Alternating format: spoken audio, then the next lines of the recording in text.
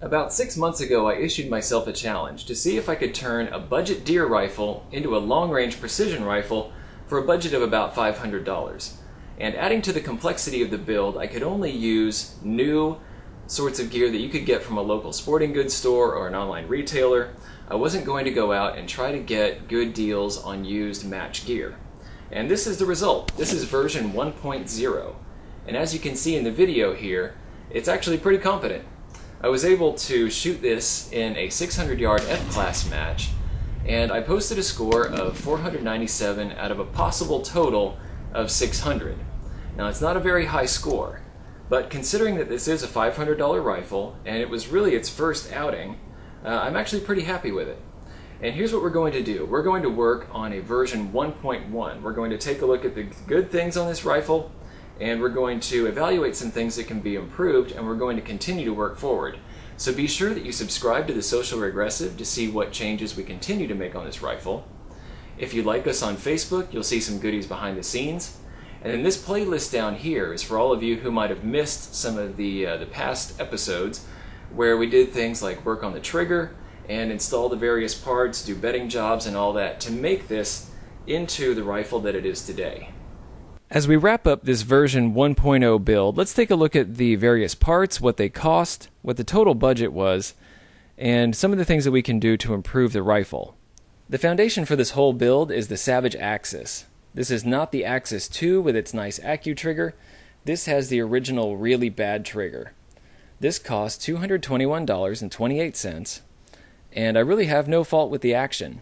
I did have to do some work on the trigger, and that required some very inexpensive parts. It did require some time, but the parts themselves were cheap. I bought a 3-pack of over-travel screws for $1.79, and I just had to use some little bits that I had lying around my house and a little propane, and that was a very cheap mod. Of course, if you want to upgrade your trigger as well, you can follow the steps that I used in the 2 videos that I put together. One deals with the creep, and the other deals with over-travel and pull weight. I dropped the Axis action into a Boyd's Pro varmint stock that cost $154.99. And if you don't really recognize the shape, that's because I did reshape this. You might want to check out that video. I did this for some ergonomic reasons to make this fit my hand better. I also did it just for some aesthetic reasons so that it looked a little better. You can see that underneath that black paint that we originally had, that this is a nice blonde laminate. And as for functional mods, I also did a pillar bedding job at the front and rear on this, and a full action bedding job. So that's going to help ensure the precision of the rifle, especially each time I take the rifle apart and put it back together again.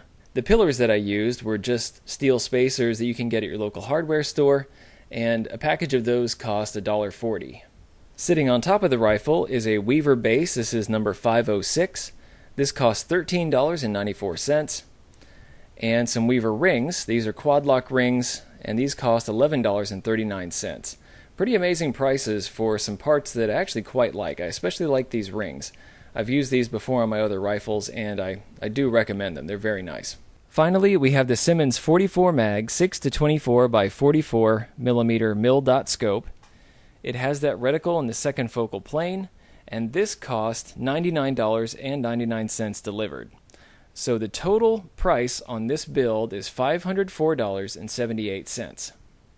Based on the match results, I think that we've pretty well proven the concept, but now we can take things just a little bit further. I think there are some modifications that we can make to this rifle, and this will take a little bit of extra money, but we can turn this into a version 1.1 rifle that's even better than what we have right now.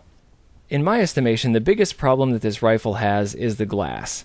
This Simmons scope has some things going for it, like the reliability of the turret tracking, and it does have a nice reticle, but it does have some issues as well. Primarily, there's the glass. This seems to be the main source of our problem, the objective lens. It seems to have a really bad astigmatism. So as I start to use the turrets to kind of click off center so that I can take those long shots, I'm looking through a really, really bad part of the glass, and the image starts to smear vertically. Now this could account for some of the variance that I'm seeing when I'm taking shots at long range, like out at 600 yards. It could be some velocity differences in the loads that I've worked up, and we're going to address that too. We're going to check this on a chronograph to make sure that the velocities are all pretty consistent, but I do also suspect that lens. Instead of just outright replacing the scope for now, we'll get to that later, we'll try that, but I'm going to try something a little bit less expensive.